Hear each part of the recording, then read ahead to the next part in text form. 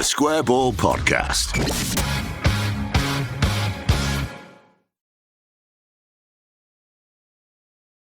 Hello, and welcome to the show. Welcome to Propaganda, where we find out what's been said in the football world in the last 7 days.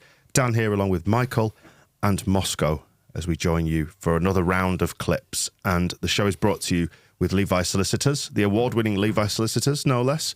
Levi Solicitors. Must be nice. Yeah, well, not everybody can be award-winning, can they? But Levi Solicitors are. Levi Solicitors are, for their wills and probate. The conveyancing is excellent as well, as are many of their commercial business services. I know you're a big fan of... dispute resolution. The employment stuff as well. Yeah, that's good as well. Yeah, we're for a little down, well, a slightly downbeat today. It's because we did go to London. I think you're slightly hungover still. I struggled a bit yesterday. I'm struggling a bit today. Yeah. I wasn't able to have 8 sleeps like you had. Yeah, I did. I fell asleep in the bed in the afternoon. I fell asleep on the couch in the evening, and then I went to bed last night and slept for a long time as well. But yeah, it was heavy going, wasn't it? It was really. For men of our vintage. But we didn't win. But thanks a million if you did vote for us. But it wasn't enough. You're going to go on the attack against the audience. Like Jake Humphrey always says, your best is not enough. Something like that he says, doesn't he? Blaming the audience for our loss. Yeah. The fact that we're just not good enough. Yeah.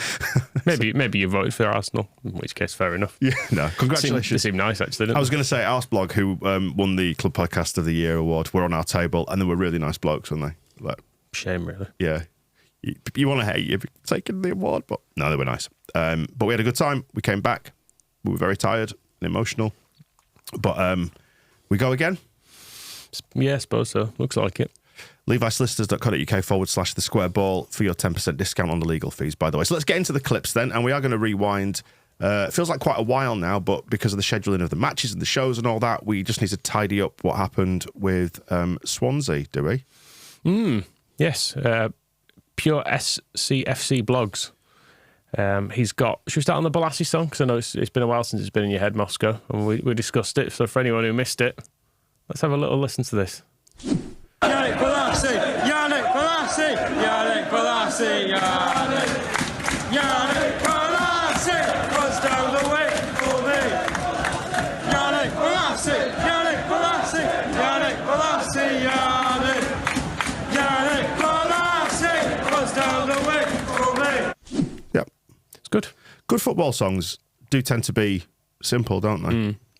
Just catchy. Because you do have to get people trying to compose new football songs for like Leeds players, and they run into multiple verses and things like that, and remixes. So the simple ones are the best ones. The ones that have got a full Wikipedia in them are often hard to remember. Like it'll talk about where he's from here, he plays here, does this, does that, signed from here, dad's called Keith, all that sort of biological, Keith Balassi? biographical detail. Keith Balassi?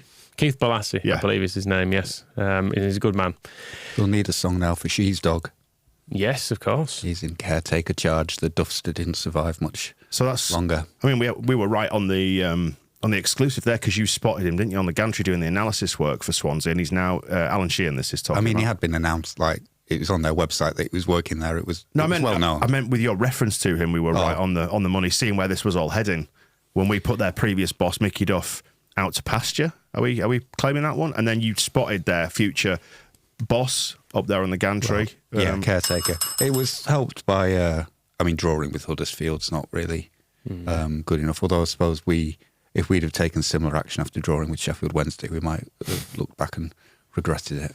They won Sheffield Wednesday, didn't they? Yeah, and then they immediately banged the season ticket renewals out.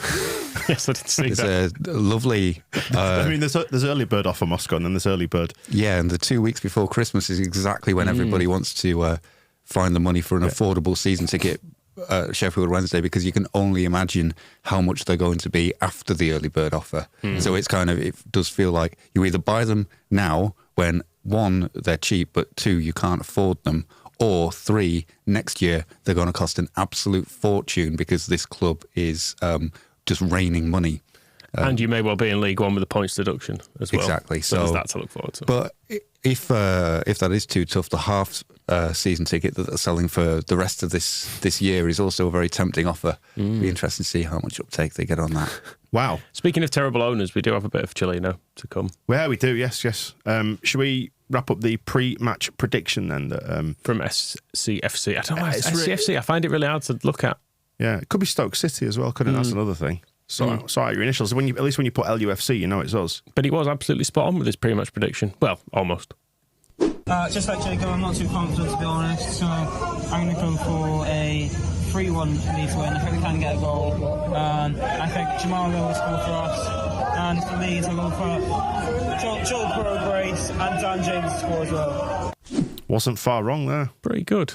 Pretty good, Joe Pirro and Dan James. And he did have a better bit of footage of the Dan James disallowed goal than any I've seen from official highlights packages as well, from his angle. And Dan James was offside. Yes. Which is a bit of sad to report, because it was a nice pass, was that, from Ruter. It was good, wasn't it? Low and hard. And then more recently than that, we've played Middlesbrough, haven't we? So, did they have a nice time? Not really. Do you want to start with an Australian or someone from Middlesbrough? Should we go for the Middlesbrough drawl? Moscow, what do you fancy, Australia or Middlesbrough? I just think you really need them to get either drawn in the cup or promoted so they can play Manchester City and see how City extra cope with Middlesbrough. Yeah, which one then? Where should we go for? Let's go with Jake. Yep. He's just a daft lad, really, isn't he? Him and his mate in the bedroom. And they have the commentary on the whole time as well, which is slightly distracting, because you're hearing the commentary, then you're hearing them say what the commentary's just said throughout the whole thing.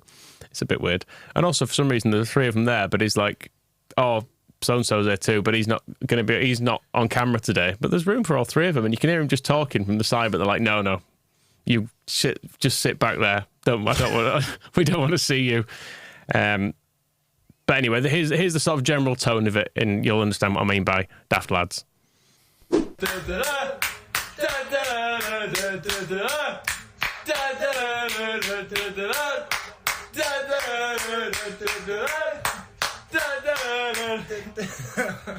dear. Yeah, of course it doesn't make it any easier. You know, it's tough for us to wanking off together. The boys have proven what they're capable of, so it's a fantastic Sorry. challenge, you know. Giggling schoolboys, I love it. I quite liked him, really. That was the general tone of him. Did his mate call him a dickhead for that?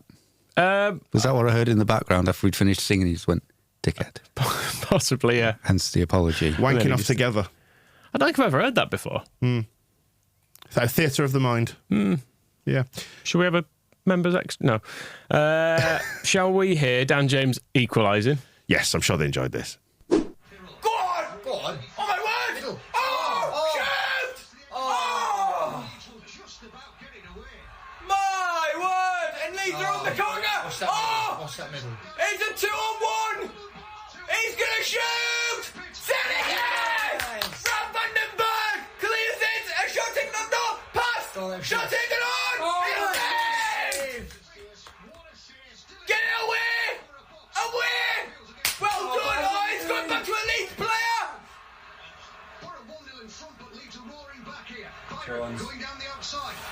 No. Oh, they've scored! No. They've scored! Instant equaliser. An instant equaliser from Dan James! He's living and breathing it all, isn't he, there? Every single kick. Did it really take that long for us to score?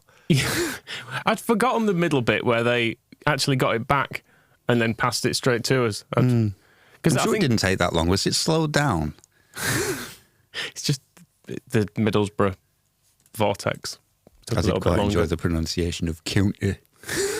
As I mentioned, propped up quite often. Leeds think- are on the counter. Do you think the Clevelanders enjoyed their big day out in Yorkshire? I mean, they seemed to. Yeah. I mean, these guys are just sitting in their Yeah. red-painted bedroom, which is very... I do admire the commitment to supporting Borough.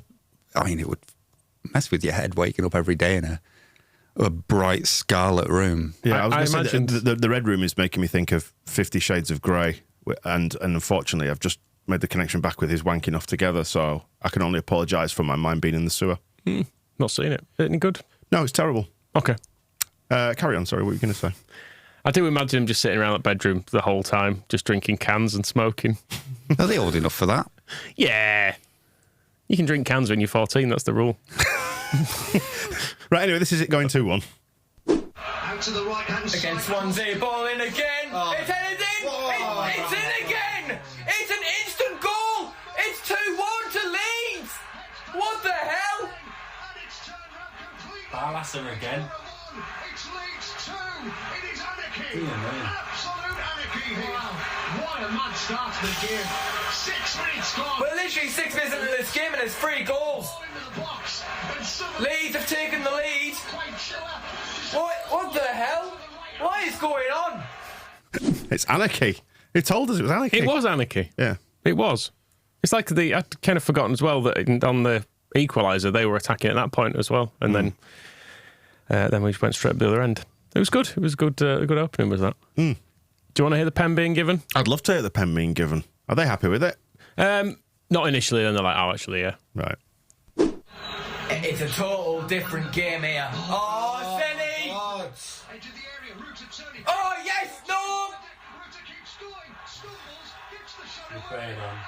He's given a penalty. Oh, he's gave a penalty. He's been on 2 seconds. Matt Clark he just came on and he's gave away a penalty. Penalty. To be fair, is that a penalty? Oh my god.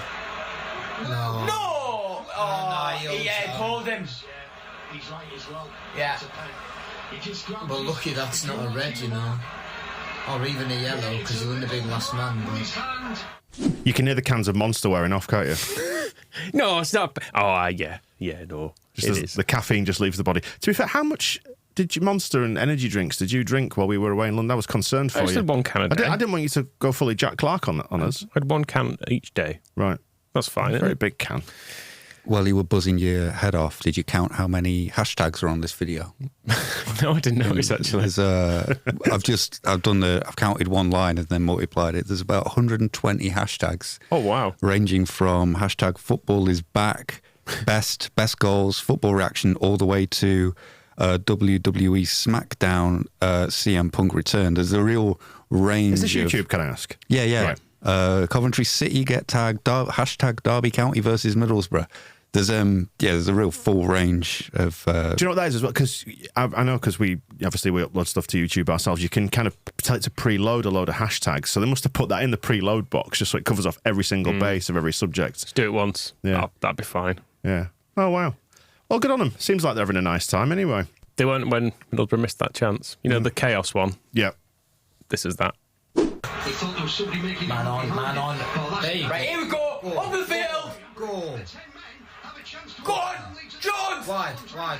One of them choose. Stop running. Yeah, go on. There, Shoot. there you go. Go for it. Yeah. Oh my God. Another can of Monster's been consumed there, hasn't it? Straight on the old on the Red Bull. Well, I mean, it can't get any louder or chaotic than that, can it, Michael? As we go to Australia. Yeah, it was a bit much, this guy. Yeah. He was better when we were winning, because this was when Borough scored, and it was a bit much. Middlesbrough now. Left is loaded in the box. He's going to shoot. It's a goal. It's a goal. Borough have scored. Borough have scored. Borough have scored. Left gets us underway. The Borough have shocked the whole world. Left has put one into the back of the net. Wake the neighbours. Middlesbrough are here to stay and here to play. Left, he's a speed demon. He's a speed demon, and he knows how to score. Get the heck in. Yes. Right. It's all a bit much, isn't it? Middlesbrough shocked the whole world. I mean, if this is what's Invictus? Invictus? What's the Invictus? Invictus, right? Yeah. I thought you misspelled Invictus at first. Nope. So if Jake Johnson and his mate were, is it his mate who's not allowed on camera? Did you say? Well, there's two of them on camera, but then there's the third one Right. off camera. Yeah. But in the he didn't really come across in audio, but in the because you couldn't see his sad face. But in the Swansea one, there were two of them on that at the start, and the second half he just goes, "I've lost him. I can't find him, so I'm just doing this by myself." And then later on he's going, "I'm back at the bus and he's still not here. I don't know where he's gone." Oh. It's right sad. Anyway, but yeah, it was a bit much. Was the Aussie shouty man? How did he react when we went behind? They went behind, sorry. Well, this is them giving away a penalty, and he's kind of goes to the commentator here because he's just saying how much he loves that defender, that bald fraud they brought on. Is this going to disturb my eardrums again? It's not as bad. I'm not going to lie. Matt Clark at centre-back next to Vandenberg. It makes me feel things in my loins, does. My ovaries, if I had any, would be chirping right now to see Matt Clark back. As we see Vandenberg get a shocking pass cleared. Oh, Matt Clark! Matt Clark, it's a penalty. Yeah, it's a penalty. It's a penalty. It's a penalty to Leeds. It's a penalty to Leeds. It's a penalty to Leeds. I'm not sure who it's been given against. It looks like it might be Matt Clark, though. It was Matt Clark. Spoiler alert, yeah. Can someone stage an intervention with this, or just do something about it? Which calm him down? Just, yeah. Australians, explain yourselves. What we got? He did have some stuff to say about Pat Bamford's hair, though, which was... This is an Australian criticising someone else's hair? This is worth hearing, though. Wow. Patrick Bamford is coming on, but the shocking news of the afternoon is I'm not sure what's happened to Bamford's head. He's got, like, the real Slim Shady look. Think Eminem, 1990s, and then put it on Patrick Bamford's head, and you got something close. He's the brightest blonde shaved head bloke out there on the pitch. The bright blonde Bamford. The real Slim Shady is on the pitch. Patrick Bamford. Mum spaghetti. Right. Okay. I thought Pat looked good. In the end, once you're over the shock, it actually suits him. Romania 1998, wasn't it, who did all that with the hair? And Gaza. Yeah. Yeah, I saw I didn't mind it, I have to say. You got any plans to... We're discussing this on the train, actually, weren't we? We were, yeah. About if someone offered me a free hair transplant, would I have it? And obviously it's free, so yes, I would. Yeah. And then would you shave it and dye it blonde? Yes. Kind of, is that what... Yeah, you'd want the full Antonio Conte if you were going to get a hair transplant. There wouldn't be much... Because we could just paint one on you. You could paint Bamford's look onto you with a... probably, I'm thinking a combination of iron filings and... How magnetic's your brain? Well, I've had the jab, so probably. Right, so they'll hold on. Sticking spoons to my head and stuff, as those daft Americans have done. We can try it. I think I'd probably just mask off my face with the tape and then just spray. That's probably the easiest way to achieve it. Yeah, almost like sort of Lego hairy type. Yeah. Very pronounced lines. Yeah, good. Are we done there with those shouting... God, I hope so. Mackems and associated hangers. Mackems? Not Mackems. It's the Smoggies, I meant. Smoggies, that's it. Smoggies and associated hangers on. I'm thinking of Mackems because I've just read the word Sad Geordies on the sheet. Should we stick in that part of the world? Well, I mean, Middlesbrough and the proper northeast, a bit of a disparate relationship, and I think that because Middlesbrough are kind of devoid of a real local derby in the sense of like Newcastle, Sunderland are. You see that they got each other in the FA Cup as well, which is exciting, isn't it? But no one really wants Middlesbrough as a derby, do they? No. It's a bit of a shame for them because we don't consider them a derby. Sunderland and Newcastle don't. Whitby Town would be a derby for them. Yeah. Because I always think of Whitby as being like real proper Yorkshire, but I'm always surprised how Boroughish it is when you go there. Is the accent. Borough famously not in Yorkshire. Well, it's kind of weird, disputed territories, isn't it, as far as I'm concerned? But not in Yorkshire. Is it now or is it not? I can't remember. Scholars have not been able to settle this matter for many, many years. Some would claim it is. I think we can officially rule that it's not. It's surely Middlesbrough against Hartlepool would be the derby, wouldn't it? Yeah. They're the nearest. Good. The dearest. And they have Brian Clough in common. That's true. Shall we do the Geordies? Yeah. So they conceded a quite funny penalty in the Champions League, and a man rang up and was sad. Yeah. I don't know if it's the same guy, but the first clip is a classic TalkSport clip from probably 15, 20 years ago or something, when a man has called Mickey Quinn, who was on the radio at this point, and gets emotional thinking about... Famously, Mickey Quinn on his debut for Newcastle scored 4 goals against Leeds, didn't he? Did. The 5-2 in the season opener, 1989-1990. And we all panicked and thought we were never going to get promoted, but we still did at the end of that season. And he's gone on to work on the radio at TalkSport. I don't know if he's still there or what. I don't think he's there anymore. But yeah, this is him at the time receiving a call from an emotional man. William's in Tyneside. Hi, William, you're on TalkSport. Hello. Hello, William. Happy New Year to you. Hiya. What's your point, mate? There's 2 points I'd like to make about Mickey. Mm-hmm. He played for Newcastle United, quite a few years ago. Yeah. And I didn't realise how good he was. Oh, you're missing him. You're missing him clearly, based on what you got now. God, he scored so many goals. It's the fact they can't even mask the laughter. It's just there, isn't it? In the video of this clip that we're about to play has got Cundy and Jamie O'Hara on it, and they're both very clearly trying not to laugh as well. I mean, they are there's a lot of sarcasm in that show, isn't there? And scorn and piss taking, so maybe not the right audience for it. But fair play for somebody to for ringing in again and doing this. They need the most cheatingest VAR decision ever. It was never a penalty in a million years.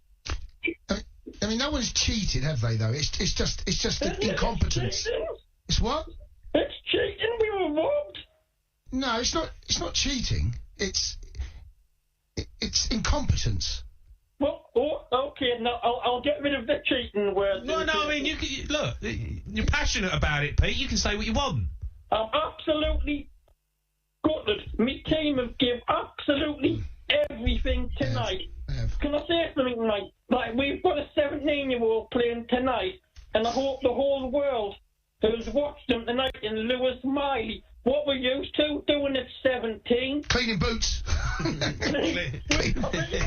against Mbappe when you were 17. The more I watch it in slow motion, the more of a disgrace it gets. It's so bad. It's making us cry watching it. It's just making us drink tears because, yes, PSG had chances. I'll agree with you there, Jason. You know something? We've had the group of death, and our last group game, I'm so confident now we will batter Milan at home in 2 weeks, and I'm telling you, Dortmund will want to top that group. He's clearly feeling it there, isn't he? I mean, it was a disgrace of a penalty. Funny though, isn't it? But it's produced that clip and it is funny. It's a strange like when we were in the Champions League, we kind of did what Newcastle did. Like, we're not spending the same way, but sneaking in. Like, nobody really expected us to get in there, and we were the insurgents. And I remember I always go down famously well in Saudi Arabia. I was fuming after we drew with Barcelona because we'd been leading until the last minute. And I remember marching through Leeds and just kind of kicking cans all up the road and stuff. But there was never this. I don't remember anybody being like, we have the right to be beaten. We're going to batter Milan and conquer Europe. The whole thing with the Matteo goal was what a beautiful surprise it was. Yeah. Like, fucking hell, we're getting through the group stage. It felt like a wild, rollicking ride, didn't it, the whole thing? Yeah, and I was kind of, I suppose I was thinking more about, because I was wondering if I underrated Luton the other week, where I was saying that they were quite happy just to be rocking along in the Premier League. And then they come close to getting a result against Arsenal last night and actually have a good chance of staying up. But they probably are generating that by not having got the sense of entitlement that leads you to sack Paul Heckingbottom and get Chris Wilder back in. And I think we probably profited from that in the Champions League as well. It's just like, this is going amazingly well. There was no sense of like entitlement, even though we are the club that sings "We are the champions of Europe" accurately, and have done since 1975. And it was framed around that 4-0 defeat against Barcelona in the first game as well, when you kind of went, that's quite sobering. Yeah, and then from then on, so maybe that's what, maybe Milan need to batter Newcastle, but they won't be sobered by it. They'll just go out and buy like 10 goalkeepers. Yeah, I mean, it's hard to feel much sympathy in a game between PSG and Newcastle. I mean, PSG are... There are no winners. They were described as the Death Star when it comes to like sports washing. And it's like, not Newcastle, not exactly.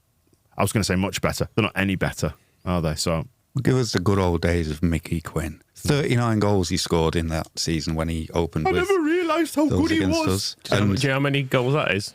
So many goals. And do you know where those 39 goals got them? Third behind us and Sheffield United going up automatically. Then they lost to Sunderland in the playoffs. Oof. Absolute dream. No wonder they cry. Where are we going next then, Michael? Should we go to Manchester? Let's go to Manchester. Andy Tate. Yeah. They weren't happy. This is on Stretford Paddock. Which one of their most recent defeats or this is underwhelming performances was this? They lost to Newcastle, and the gist of it is that Andy Tate is saying those players have not tried, but then he gets confused talking about his own job, and I think he seems to be thinking he's going to have supporters at his job as well. Mm-hmm. The whole thing's just a bit mixed up. I'm not sure what he's trying to say. I'm sorry for swearing, but I'm angry. I've got a long night ahead of me working, and I'm going to work hard. And I'm going to, like you say, I'll go to bed about 6 in the morning and I'll sleep well knowing I've worked hard and not deprived like 2,000-3,000 Man United fans of a performance.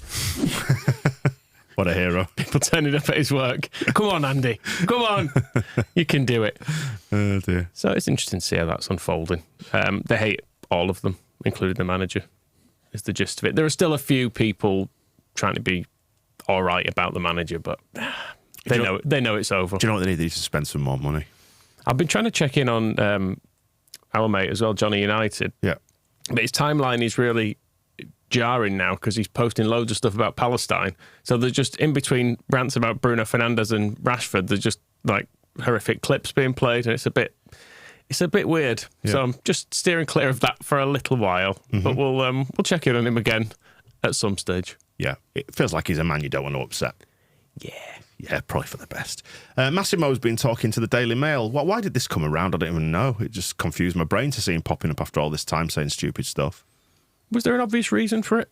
Just relevance? I think the hook might be that Brescia were coming up against Sampdoria, so there was a bit of ex-Leeds owner-ness, which did inspire the one comment I will take from Cellino on this is when he talked about Radrizzani. He said, when someone is short, they like to show they are stronger, which I thought was pretty funny. The rest of it, I wasn't so keen. Yeah, there has been a little bit of low-key beef there, which has been kind of enjoyable because they're not our problem anymore, either of them. It looks weird, doesn't he, Massimo? Has he had work done? Something about his face looks... He's just aged. He looks like because he looks sort of younger. Right. He looks like a waxwork of Massimo Cellino. maybe he was. So, yeah. But I've forgotten how he sounded. Yeah. And people have probably seen the write-up of this, but if you've not heard the actual clip of him talking, Christ, I forgot how tiring he was. I said, change the couch. And they changed the coach. Now, but when I got there was a purple bloody couch on the street in the Allen Road. And I said, change the bloody couch. I don't want to see anymore. They fired the bloody coach. Yes. They fired the coach. They're saying here. Say, where is the coach? Who's taking the team tomorrow? Why? We don't have a trainer. We don't have men. You fired. No, why I fired? That was the day of the game. So, geez, what we do? They took you. They went for the academy. We won 6-1. Say, keep it. They changed the game. So, I was a mess when I got there. Trust me, I'm telling you the truth. I was showing that I know everything there, but I was just junk in the English football in Leeds United. I didn't realize where I was going. You've got to be careful not to mock somebody for not being able to speak their second language well, but he doesn't make it easy, does he, with his approach towards describing things? We can also mock him for saying, I'm telling the truth. Because he's not, is he? I heard there was it. I was a mess, or it was a mess. I was a mess. I was a mess. He's basically claiming that the whole sacking Brian McDermott and then reinstalling him again is because he didn't know very good English and was... It's a little bit like, I was wondering, there's the whole Neil Warnock becoming self-aware thing where he's, said, oh yeah, I say that, don't I? Because he talks about his superstitions about the number 17 and about the colour purple and why he's always sacking managers, and he's always like, yeah, I do those things, it's crazy. And now that is now the news story that he's telling, which is never, it's, what is it, nearly 10 years since this happened, never come up with this before, that he didn't know the difference between coach and couch. Coach and couch, right, I've got it now. He never seems to have explained this to Brian McDermott either. If in the immediate aftermath he'd have been like, look, there was a really ridiculous thing happened. Brian, you're not going to believe this. About a coach and a couch, but I forgot to mention that to you. And if you go back to the things that happened at the time, Brian McDermott in the press conference when he rose again and was back in his job, talked about having received letters from the club solicitors basically telling him, and you would not be... Telling him he was sacked? Yeah. Right. Which is not really... I think you wouldn't be doing it. It's just bollocks, isn't it?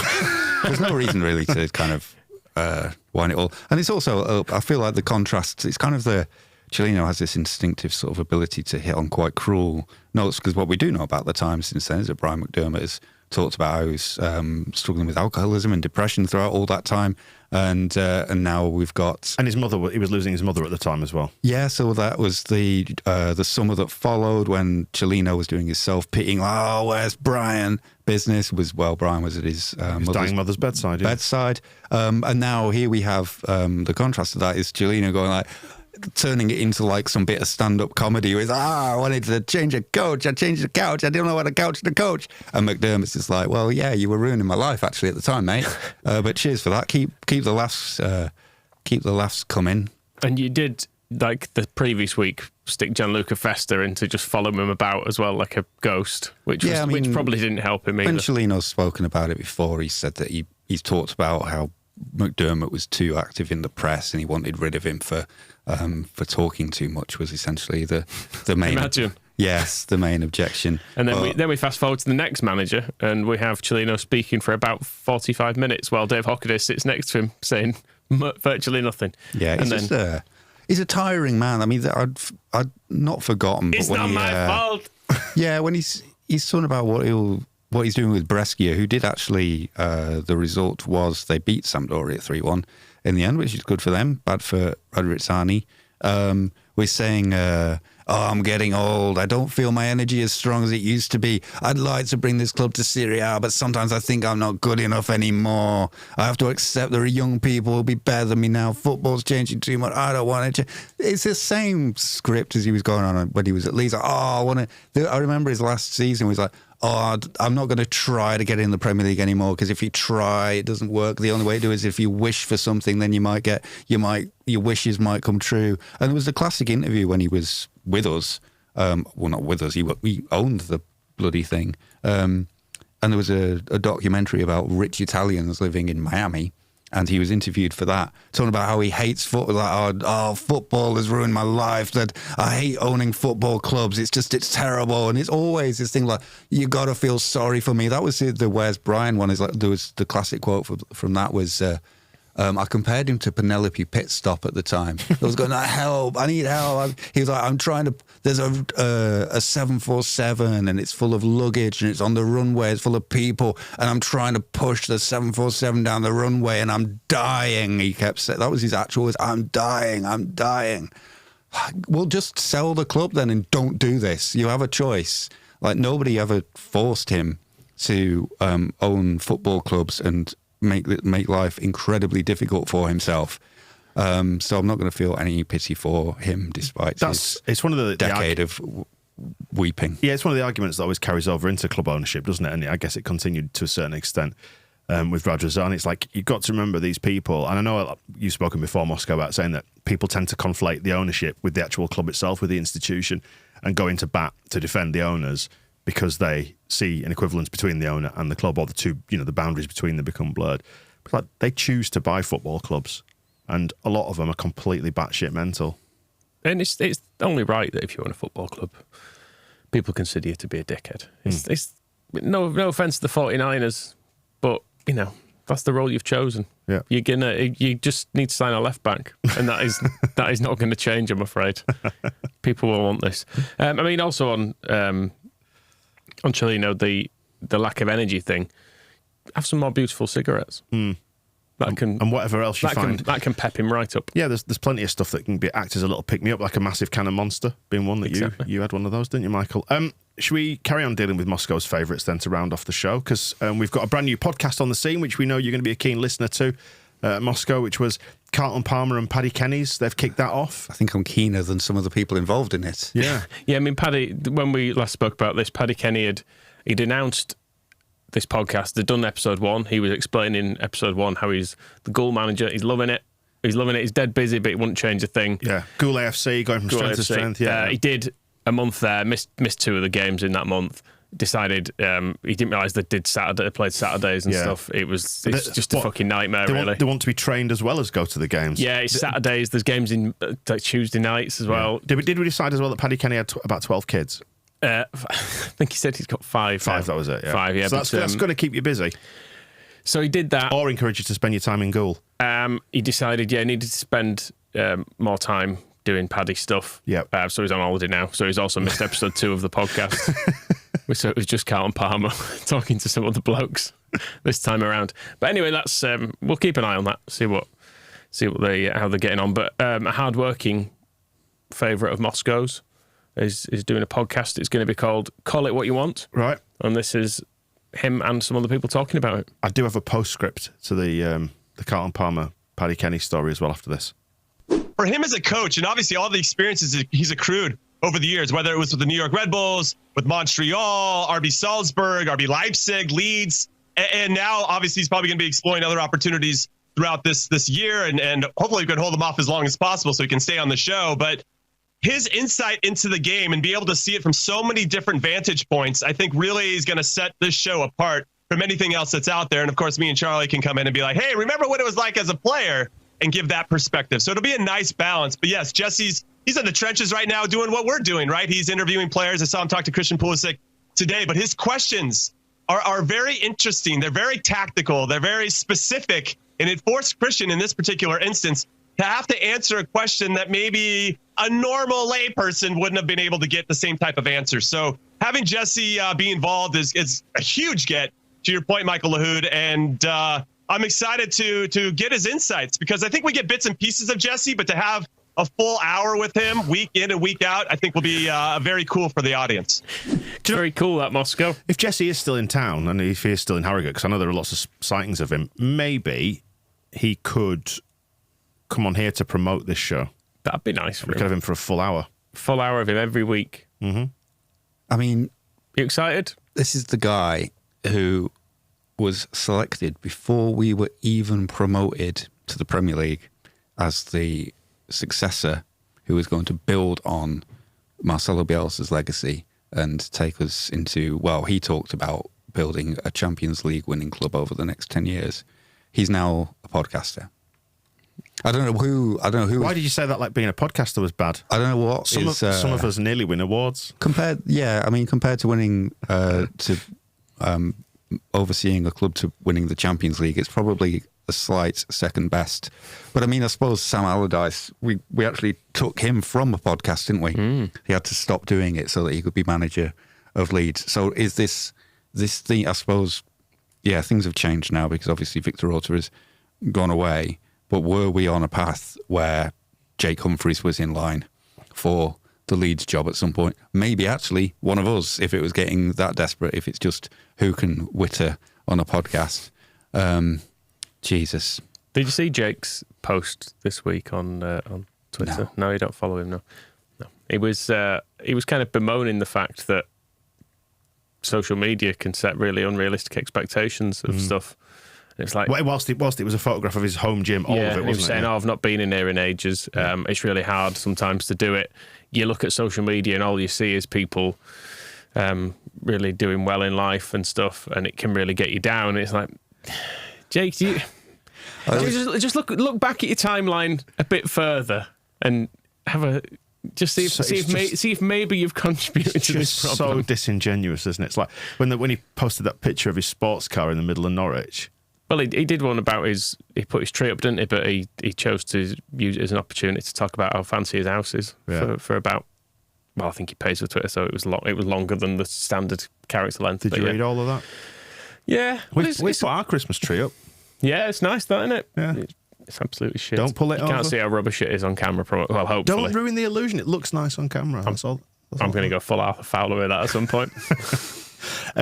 Just to close things out then, the postscript to Carlton's podcast with Paddy Kenny. So Paddy Kenny's obviously on holiday at the minute. Did you know that Carlton Palmer is as well? Is it? Oh, no, I did actually, because I follow him on Twitter, yeah. Yeah, well, he follows us. So hi, Carlton, if you're a keen viewer watcher. I'd be quite interested to speak to Carlton Palmer. Yeah. Because I didn't mind. I know Moscow hates him. I actually didn't think he was a terrible player for us. Despite I know you meant to sort of hate Carlton Palmer, but I thought he was all right. Well, anyway, Carlton tweeted on, I think it was Tuesday, to say, being away in the great weather, he's in Portugal at the minute, has made me realise it's time to move on. We're going to move to Portugal. I love the UK. Christmas is my favourite time of the year. But after that, done, miserable and depressed. Oh, after that's done, it's miserable and depressing. I am out with a love heart. So it sounds like Carlton's moving to Portugal for a life in the sun. Well, good for him, I suppose. Yeah. Does he realise there are rules around it now? What, moving out there? Yeah. That'd be really funny. Just, do you know who I am? Yeah. Picture of himself in an England shirt. It's like, there you go. There you go. That's me, that. I'm in. Well, if you do want to come on, Carlton, give us a shout. And we'll wrap up the show. And if anyone wants to offer us any management jobs. Or free hair transplants. Free hair transplants. Well, think about it. a month ago, I was just a podcaster. Now I've got a modelling career. That's true. So that's true. And you do have an entry on IMDb, don't you, as an actor? Yeah, exactly. So it's equity next, and then the bright lights of Hollywood, no doubt. Speaking of the modelling, actually, the Christmas jumpers, if you're interested, are coming back in. We've managed to get a reprint done. They're going to be on pre-orders soon, and they will be delivered before Christmas. But I think the 15th they will be shipped out on. So Right. So it's touch and go. No, it's not touch and go. They will get you. We will get them to you. If you order them by the 15th, we will get them to you. I think even by the 18th. It's in the UK, I think. It's in the important UK. to stress that, by the way, yeah. Yes. Because it might be a bit unrealistic expecting the Postal Service to pull that one off before Christmas. Maybe so. But yeah, keep an eye out for them. We'll tweet and stuff. Yeah, when there's they're on loads of sale. new merch in, mugs back in stock and stuff. So yeah, thank you for supporting us. Even though we didn't win the award, we appreciate your support. We appreciate your votes and buying stuff from us. So on that note, that sincere, genuine note, we'll see you soon. The Square Ball Podcast.